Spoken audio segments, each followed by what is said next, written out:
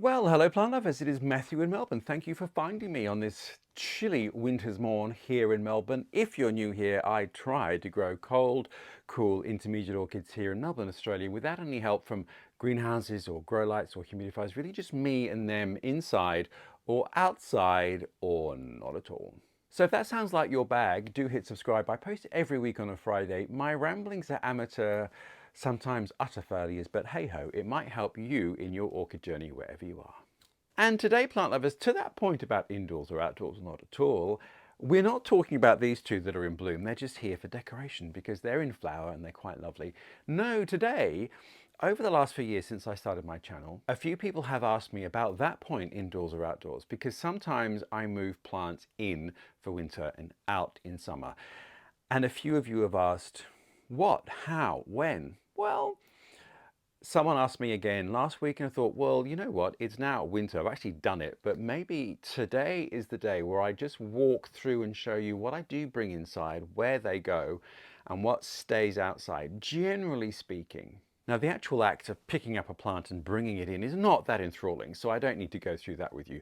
But I will just show you the things that I'm thinking need to come in and out, but also the things that I've decided that I used to bring in that I don't and why. So without further ado, oh, I should tell you, this is Cymbidium tracyanum in bloom now, species that flowers in autumn. It's doing its thing, supposed to be beautifully fragrant. I think it's not. It is fragrant, but... And this other one is a beautiful Australian Dendrobium hybrid, which is stunning, which did open for me in autumn as well. The flowers are very long lasting and there's still a spike just emerging actually to open. So I'm going to get lots of blooms out of this. Can bloom whenever it feels like it. Generally, Australian Dendrobiums bloom in late winter, early spring. Anyway, we're not talking about those. We are going to get up and take a tour about the house and show you what I'm doing inside and outside this winter. Okay, so let's leave my wonderful makeshift studio with my rack of clothes. There we are in temporary digs, as they say. And we are now on the beautiful landing here. Now, bright light, as you can see, I'm in the southern hemisphere, it's winter. That is north facing. So in the southern hemisphere, that's where all the light comes from. In the northern hemisphere, it will be south facing. So if you've got a fantastic window that's either north or south, depending where you are in the world, that is the place to overwinter your orchids inside if you want to give them bright indirect light. So sitting on the stairs, you can see there's quite a few things in there, and there's quite a few things there, and there's a few things on the windowsill there. So I'll just show you the ones that come in and out, shall I? I'm just going to slide down the stairs. I feel like a 6-year-old. Ta-da, ta-da, ta-da. Here is a little plant that's really struggled for me. You can see it's doing reasonably well though, and it is Epicatteleya Rene Marques. Now that has the most stunning flower. Not that easy to find in Australia actually, and I could only find a seedling. And it just really struggles for me. So I take this outside in summer because I feel it's just going to thrive, and it does. This tallest new growth you can see emerged for me this summer. The one before was previous, and then those little sticklets there are how big it was. Really slow for me, it's just not thriving. And the only issue about having things outside is that they are prone to insects. So this particular orchid, and you know how some things are just fated? Whatever it is going to eat that particular orchid. Well, this one always gets something. Some insect lays its little eggs in the middle and starts to make a cocoon and eat all the foliage around, which happened this year and it happened last year. Anyway, I try to be on top of that. I do try to not use too many sprays, but anyway. And I bring this in the minute that I feel the autumn nighttime minimums are just a bit cold, because I just feel that this is a warmer intermediate grower. Doesn't like those cooler winter minimums. So the minute I think it gets to about 10 degrees, you know, about 50, 55 Fahrenheit, at night, inside it comes onto the landing. Rene Marques might just need a little more help. So it comes here in winter, it sits on that little ledge there, where it gets bright, indirect, it gets actually better afternoon light here in winter. In summer, it's outside getting bright, indirect light all the time, and I hang it quite high. So far so good. It's certainly getting a little bigger. I'm going to get to the point where I just can't be bothered with this orchid though anymore. Anyway, the flowers are stunning when it does emerge. So there we go. That's that one. Now, the other things that benefit from this spot at the top of the stairs, getting beautiful bright light in winter, are a few of the warmer growing sort of dendrobium-y things. Now, this one here, Dendrobium atroviolaceum, there we go. Now, this is a New Guinean dendrobium, which is certainly not a cool grower. Now again, I put this outside in summer where it gets bright indirect light, lots of air movement, drenched all the time. You know, really I try to give it a sort of a tropical environment. And then again, when those winter or autumn minimums start to get to about 10 degrees centigrade, about 50-ish, 55 Fahrenheit, I bring it inside and it sits here, just there beneath the globe, and it's getting bright indirect light. And actually, it's doing really well. There is also in here Dendrobium jyrdii. Now there you go. It's not looking too badly. Again, it's a warm grower. I shouldn't really ever have tried this. But again, I take this outside in spring. So when I feel the temperatures at night are 10 degrees centigrade or above, so 50, 55 Fahrenheit or above, when it starts to warm up, I take this outside. Again, bright indirect light. I try to give it tropical conditions. Inside it comes and sits here at the top of that beautiful north-facing light where it winters and is not doing too badly. It was a tiny seedling, I think, fresh from a flask. So who knows if this will ever amount to anything, plant lovers, but it has put on reasonable growth in this last season. So we'll see. Now, the other thing that is here is something I bought to my eternal regret. Look at that. Look at that. This is 4 years old, this seedling. Oh my goodness. I bought it when I knew absolutely nothing about orchids and I just thought, oh, that looks great. It is Robiquetia cerina, and it is very, very tropical epiphyte, not for my climate at all. And again, tiny seedling. I almost gave up on it and I thought, oh, you know what? I'm just going to put it outside in summer. Try and kept it moist and tropical, and it kind of grew for me. So I repeated that this summer, and again, it's put on one new leaf. Not really an orchid for me though. It is just not the right conditions. I don't have a tropical hothouse, a heated greenhouse. This is what this plant really needs. So, you know, in my spiel, I say, no equipment. Well, this one would really benefit from a heated greenhouse where it would thrive. It needs to be in a tropical house. Anyway, I'm not going to give up on it. It's still alive. It still grows. It goes outside in summer and inside in winter. And again, when those nighttime minimums in autumn start to get too chilly, I bring it in. This is one I bring in, I try to keep my eye on because I feel this does not respond well to the cold. So I probably don't have it outside as long as anything else. Anyway, if this ever does anything for me, we might have to wait a decade. If we're all still alive, then it might have grown 4 leaves. Okay, and here we are on this little table here, which gets bright indirect light in winter. There's the northern window just over there, but it's more afternoon light. And this particular plant here is Dendrobium secundum, sometimes called toothbrush dendrobium. I've made a video about this one. It is again a warm grower, and it likes a drier rest in winter, but it's not one that loves the cold weather. So I bring this inside again when those temperatures start to get to about 10 degrees centigrade at night, and I keep it inside. I try to give it as much bright light as I can because that does stimulate the flowers from the end of the canes. But again, in this house, I'm probably not able to give it the perfect conditions. It has flowered for me every year, but I think it can do a lot better.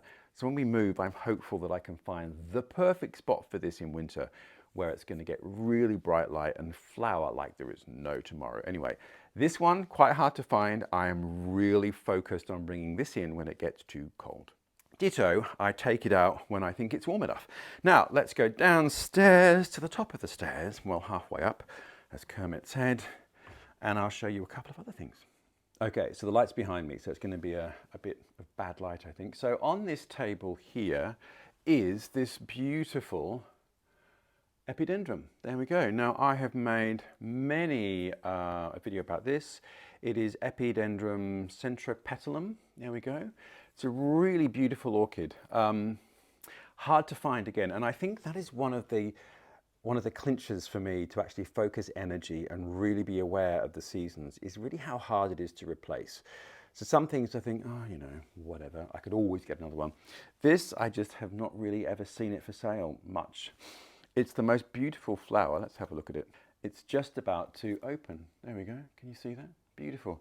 Each of the canes has got buds at the end. It's a really beautiful thing.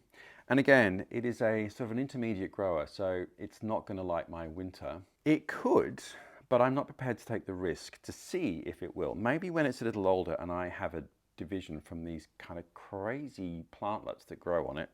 I've made a video about this, so have a look at that. I'll link it above. That is normal growth pattern, to have all these mad sort of what look like keikis, but they kind of aren't. But anyway, interesting plant. So one of the catalysts for me bringing this inside in winter is just not to kill it, because it's really hard to find. And I do think it could survive, but I don't want to take that risk because it's a beautiful orchid and I will never find it again. Now next to it is a vanda. Ta-da, ta-da. Now, some of those leaves are looking a bit sad, I know. But this orchid I take outside in summer and I hang it up and it gets all the kind of love that a vanda wants. It gets bright indirect light, lots of humidity, lots of water, and I bring it inside in winter because I am just experimenting with vandas.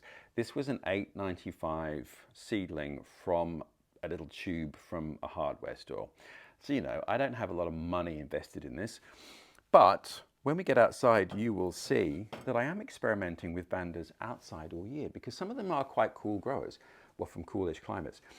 And there's a great nursery here called Collector's Corner, and they have vandas. They're undercover and quite protected, but essentially outside all year, and they bloom. And I was amazed when I saw it, so that inspired me. Now, shuffling over here, what you can see there, plant lovers, are my Catasetum type of orchids, which I've made many a video about. So there's the 3 survivors. There were 5, but now there are 3. So they are, when again those temperatures just start to get a little cold and damp outside, I bring them in. And I'm super focused on these because I have rotted several by keeping them outside just until it was a little too late. So they were moist and it started to get really cold at night and the bulbs just started to rot. So that's how I lost 2. And one of them, this one, has got some damage on that bulb there. You see, that was a couple of years ago when I made that mistake. So now I don't. I'm super focused on the season for these. And obviously, when it starts to get warm and the new growths appear and they're ready to start getting watered and fertilized, I put them outside and give them really bright indirect light and as much food as they can take. And again, once the autumn minimums start to get to about 10 degrees centigrade, about 50, 55 Fahrenheit, by that stage they're usually starting to look a little tired anyway and trigger dormancy. And if the dormancy doesn't really start to happen, then I just withhold love. I withhold water, and that will really just get them going. So the thing is, they're against the glass. So the glass does get cold at night. So the ambient temperature is not super cold because it's indoors and I don't want to die of exposure. But that little bit of chill, I think, is really good for them. So that's very bright indirect light, warmish during the day, but a little bit cooler at night, and they seem to love it. And one of them may or may not have, can you see in there? A flower spike. I've made a video about this, so if that does emerge and do anything, I'll certainly let you know. All right, let's go further down to the depths and see what's going on down here. So this area at the base of the stairwell, there's all that light. So it gets reasonably good bright indirect light for the morning, really. So what I have here are oncidiums and Miltoniopsis. Now, some of these oncidiums, just because of the size, I do take out in the warmer season. Others I don't. And at the moment, because of just the house and we're going to be moving, I've now just decided to kind of leave most things there. So nothing really much happens seasonally at this spot. I might try and squeeze the odd thing in winter, but I've now decided to be a little more brutal with the oncidiums. Let's go outside and I'll show you. Okay, moving through, look at that beautiful blood red wall. Okay, outside. Now outside, it's tricky for me because it's in the east, it's at an easterly orientation, but because of this crazy roof here, a lot of the light is blocked. So although that's the north over there, which is usually great for light, it's actually quite sheltered, and there's a row of magnolias, which are called little gems. So it's a hybrid of the North American evergreen magnolia, so it blocks even more light. Anyway, this is where things that are staying outside stay. Now this area here, does get quite bright in direct light, and it gets direct light in the morning. So you can see there, the light is quite bright. So the things that I'm leaving out here are certain dendrobiums and a lot of oncidiums and all of my Australian orchids. So here we have got Sarcochymus hartmanii, which is in spike because it's the time of year. What else have we got here? Laelia here. And also, what I do have over here, what I have recently decided to do is just leave all of my Cattleyas outside all winter. Now, asterisks, the ones that are, oh look, there's a little oncidium bloom for you. That's the species one, specialatum, which is a cold grower. It's the last flower left on the spike. There we go, lovely. So I am trying to grow Cattleyas that are from the colder end of the spectrum, and there are some that are sort of cool growers. The trick for me is just to keep them dry-ish over winter, because if they get cold and wet, they're not going to survive. Now this one I've made many a video about. I made a video about potting it in this basket. It was a seedling and it bloomed for me the first time. And what you can see there is a sheath with buds. Can you see? Actually, the light shining through, it's perfect. And the same for this one here. You can see the buds in the bottom of that sheath. So this one seems quite happy for me. Hanging next to it, hanging off the side of the basket, is another Cattleya hybrid. That's the one that's called Epicatanthe Hsiang U Gold Coast. I think that's one that's supposed to be really easy for beginners and flowers easily. Anyway, we'll see how that one does out here. So really, yeah, out here we've got Dendrobiums and Cattleyas. I've also got Masdevallias here, which want to be cold. I mean, not freezing, but you know, they're cool growers. But I've also got, which might surprise you all, Ansellia africana. So that has survived. It was, it's a division, hang on, there's the plant there. It was a division that seems to be doing quite well. So that, again, the trick is just to water it almost not at all. Now, and over here, species Dendrobium hancockii. So all those cooler growing dendrobiums stay outside in winter. And, oh, look at this. This is a zygopetalum seedling. Hasn't bloomed for me yet, but I do have one that is in spike, which I will show you all. All right, I'm just gonna shimmy over here and show you some other things that are out here all the time. So over this side of the jungle, we have got Stanhopias, which are getting bright indirect light and are out here all year. And all of my Coleogenes, which you can see one there. And then more Dendrobiums and other sort of odd things, really. So Miltonias are also out here, and I'm just going to show you, this is another Cattleya here, which, oh look, you can see, it's great light actually to see the buds through the sheath. There you go. So another Cattleya that's doing really well, and there is another one here. I've made videos about all of these, but you see this one here has also got sheaths. Can you see them? There's a sheath in there, and there's a sheath in there. So these Cattleyas are doing really well. So the reason I've decided to have all of these Cattleyas out here is I just don't have the space inside. So it's survival of the fittest. This is my Cattleya maxima, which is I think my 4th attempt at this. I've killed it so many times. Anyway, that arrived damaged, but I'm here to say that, and you might not be able to see it, but this was the damaged spike I had to remove, and just there is the nib of a new growth. So it's clearly happy. So here's a Miltonia. The flowers are just fading, which is doing really well. And then more Coleogenes on the wall, and also Holcoglossum. And there's an Australian Dendrobium. I don't know if you can see it in bloom up there. And all my Holcoglossums are on that wall too, living their best life. So that, plant lovers, is kind of what is staying outside. So I was more generous. I was more generous with oncidiums, and I was more generous with Cattleyas in bringing them in. Now I just don't have the space. So a lot of it is kind of survival of the fittest. If it can survive out here, then it can. If it can't, it can't. So there you are, plant lovers. I mean, not rocket science really. It's just a question of things that I think are going to really benefit from our warm summers, which can be really hot and often dry. It does rain, so we're not like a classic Mediterranean climate, but nonetheless, like really intense, hot, bright light, sometimes a bit humid, but I think it's just that energy and environment that I think some orchids really thrive and bloom in, which some of mine really do. So I just want to give them that rather than being inside sort of mollycoddled. Also, obviously the air movement is much better outside. So yeah, that's really the only reason that I do that. Space has become an issue, so some things now just don't get that luxury anymore. Anyway, plant lovers, I hope you've enjoyed this ramble through the seasonality of my collection. I look forward to seeing you next week. Who knows what we'll talk about? There are lots of things just about to open, so I can't wait to show you those. An interesting follow-up that everyone's asked about as well on the horizon. Anyway, until then, plant lovers, you'll have to subscribe to know what I am doing next week. Hit the alert button so you'll know exactly when my missive lands in your inbox. And I look forward to seeing you next week.